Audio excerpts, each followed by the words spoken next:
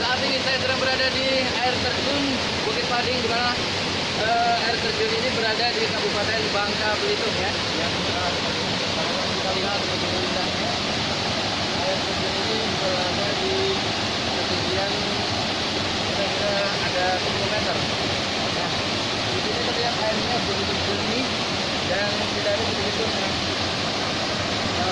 sesuatu yang membuat air ini keruh dan rasanya di badan begitu dingin. Nah, pemirsa, untuk anda yang mencinta wisata tempat-tempat yang berbeda, tidak ada salahnya untuk mengunjungi tempat wisata yang satu ini begitu indah banget. Oke, terima kasih.